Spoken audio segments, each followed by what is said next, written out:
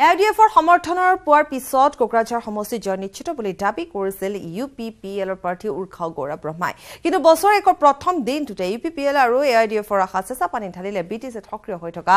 এটা সংগঠন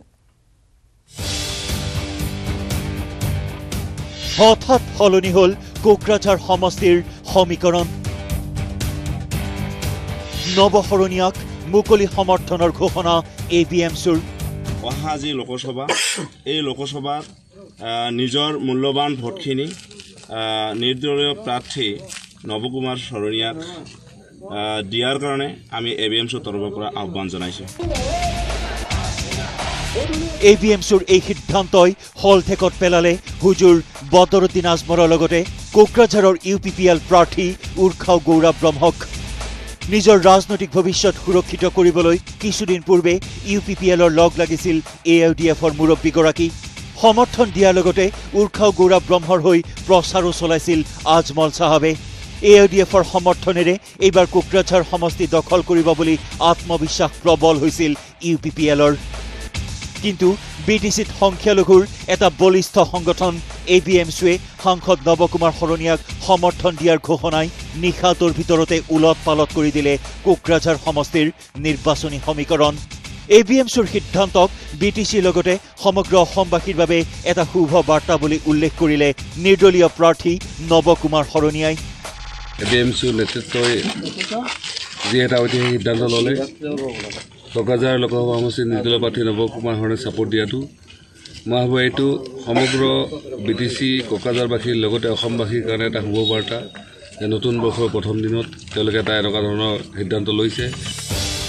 কোকৰাঝাৰ সমষ্টিৰ পৰা এইবাৰো সংসদলৈ নিৰ্বাচিত হলে বড়োলেণ্ডৰ ইছ্যু চিৰদিনৰ বাবে সমূলাঞ্চে নোহোৱা হ'ব বুলি ঘোষণা কৰিলে নৱকুমাৰ শৰণীয়াই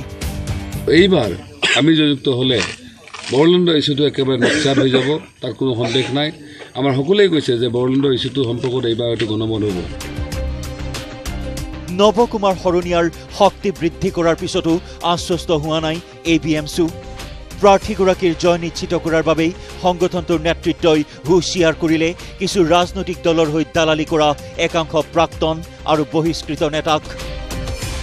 এবিএমছৰ নামাকৰণত বিভিন্ন ৰাজনৈতিক দলৰ লগত যি ধৰণৰ কেম্পাছ চলাই এবিএমছৰ বিভিন্ন প্ৰকাৰৰ কথা কৈ আছে আমি এবিএমছি ইয়াক মানি ল'ব নোৱাৰোঁ তেখেতসকলক আমি এক কথাত এবিএমছৰ তৰফৰ পৰা ধিক্কাৰ জনাইছোঁ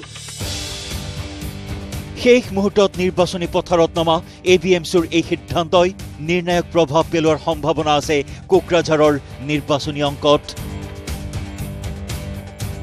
বঙাইগাঁৱৰ পৰা Upananda Sharma news 18 Assam north east এবিএমছৰ পিছত কোকৰাঝাৰৰ সাংসদ নৱকুমাৰ শৰণীয়াক মুকলি সমৰ্থন জনালে সদৌ-কোচ ৰাজবংশী ছাত্ৰ সন্থা চমুকৈ আক্ৰাছুৱে নৱকুমাৰ শৰণীয়া সাংসদ হৈ থকা 5 বছৰ বিটিচি অঞ্চলত শান্তি সম্প্ৰীতিৰ পৰিৱেশ বিৰাজ কৰাৰ বাবে এই সিদ্ধান্ত গ্ৰহণ কৰিছে সংগঠনটোৱে বুলি জানিব পৰা গৈছে সেয়েহে সাংসদগৰাকীক পুনৰ বিজয়ী কৰাৰ সিদ্ধান্ত লোৱাৰ কথা ঘোষণা কৰিছে সংগঠনটোৱে আক্ৰাছু চিৰাং জিলা কাৰ্যালয়ত আয়োজিত সংবাদ মেলত এই কথা ঘোষণা কৰি সংগঠনটোৱে নৱকুমাৰ শৰণীয়াক ভোট দিবলৈ আহ্বান জনালে কোকৰাঝাৰ সমষ্টিৰ সকলো জাতি জনগোষ্ঠীৰ ৰাইজক আক্ৰাছুৰ এই সিদ্ধান্তই নিশ্চিতভাৱে হলঠেকত পেলাব নৱকুমাৰ শৰণীয়াৰ প্ৰতিগৰাকী প্ৰতিদ্বন্দ্বীক এবিএমছু যোৱাকালি মুকলিভাৱে সমৰ্থন জনাইছে সাঁওতালী ছাত্ৰ সন্থা ইতিমধ্যে তেওঁলোকে সমৰ্থন দিছে নাথযোগী ছাত্ৰ সন্থাৰ ফালৰ পৰা সমৰ্থন দিছে কলিতা ছাত্ৰ সন্থাৰ ফালৰ পৰা ইয়াত মানে সমৰ্থন আগবঢ়াইছে কোচ ৰাজবংশী ছাত্ৰ সন্থাই আজি মুকলিভাৱে সমৰ্থন আগবঢ়াল বিভিন্ন সংগঠন কোচ ৰাজবংশীসকলৰ সন্মিলনকে ধৰি বিভিন্ন সংগঠনেও সমৰ্থন আগবঢ়াইছে তে আমাক শান্তি লাগে